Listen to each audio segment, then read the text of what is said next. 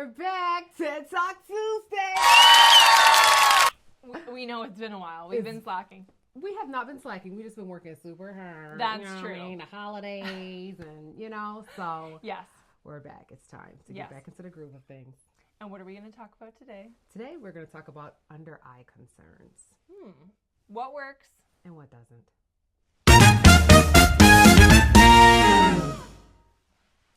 So, pretty much, if your under-eye concealer just is not cutting it anymore, you're looking tired, this TED Talk Tuesday is for you. So we understand that not all under-eye concerns are the same, which is why one treatment to correct everybody else's concern isn't necessarily going to be appropriate. Exactly. So there are 4 main concerns when it comes to under-eyes. First one is under-eye hollowing. So that's when you kind of lose volume. It can occur because of genetics. And it's not so much of a bag, but just an indentation in that under eye that is deficit. You have a deficit of. Right. And then sometimes that that can also accentuate dark circles, or we have this darkness, that perpetual kind of like darkening of the skin here. Yeah. So that leads us to our other point. Dark circles, that hyperpigmentation, that can come from poor sleep, genetics. Just like vascularity in the area. Exactly. So sometimes when you have that under eye hollowing, it'll look like a dark circle, but it's not actually a dark circle. It's just that shadow like Jessica talked about. And we also can experience fine lines or crepiness of the skin. So that can be relation to collagen loss or skin damage. Yes. And the other thing, something that I had a problem with, is under eye puffiness or under eye bags. That can be due to a series of different issues. Some people are just born with it. Fat pads, high alcohol consumption, high sodium consumption, sleeping Fluid, on your face, excess fluid. Yeah. So the choice of treatment depends on what your main concern is. So for one example, if we're talking about crepiness of the skin or skin laxity or aging, we could use Botox or neuromodulators, right? So then we can relax that muscle from being able to constrict and then open up the eye and then relax that muscle in here. Yes, and while we're in there, we can also kind of inject a little Botox on the upper aspect of that orbicularis oculi to give the eye a little bit of a lift.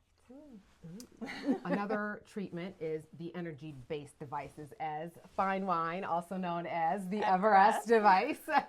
So we can use monopolar radio frequency to use heat energy to stimulate that collagen, stimulate elastin. That helps with wrinkles. That can even create a little bit of volume, and in some cases help with under eye bags. Then, of course, what we have been harping on is the packaging, right? So we need medical grade skincare. So we have vitamin C, which is going to help with darkening of the skin, the dark spots, which is very good for hyperpigmentation. Then we have retinol, which actually boosts skin turnover. So kind of like how Everest does that like a millionfold, we have retinol, which is going to help stimulate that cell repair. Yep. And then lastly, also SPF. Let's not forget that, because even the under eye is such a delicate area, right? And we don't want sun damage to promote a lot of the puffiness and the crepiness and the signs of aging. And last but not least, under eye fillers.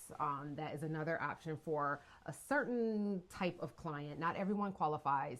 And dermal fillers have a little bit more of side effects and risk factors than the other treatments that we talked about. So you have to make sure that you're going to a reputable healthcare provider that is credentialed and knows what they're doing.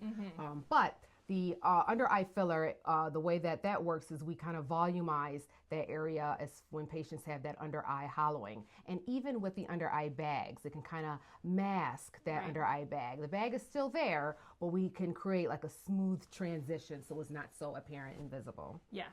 And I'll insert a picture of my dad. This is what he had done. Wow. Good job. So out of all the treatments, yes, filler would probably be the most abundant result immediately. Exactly. But it comes with risks. and we would always take that into count before considering you a candidate for that treatment. And so what are some of those risks, would you say? Right. So we don't want to accentuate that eye bag. So we're not actually injecting where the eye bag is located. We're actually injecting just superior or just inferior to that eye bag. Like Michelle said, just smoothing that transition from the bag to the superior cheek. Exactly. And vascular occlusion is always a potential side effect, right? That's when the filler is in a blood vessel. So we prefer the cannula route because it is a safer technique. But again, that's making sure you go into an expert clinician that has, done tons of under eye treatment. The Tyndall effect. Right. So that is when, if we have the puffiness or excess fluid here, if the filler is done too superficially, then that Tyndall effect almost gives a blue-like hue. Right. So it accentuates kind of the under eye vasculature, giving that bluish hue. Right. So when we're injecting and we're using that cannula, we're making sure we're as close to that periostoma as possible to prevent that side effect. So if you're not sure what under eye treatment is best for you, you can give us a call. You can DM us for a consultation and we will help guide the way. So you can look refreshed, right? Rested. Not so tired. And just rejuvenated. Yeah, so check out our website. We have several different eye packages based on different person's needs. And if you're not sure what to pick, just hit the consultation button, come see us, and we'll take care of the rest.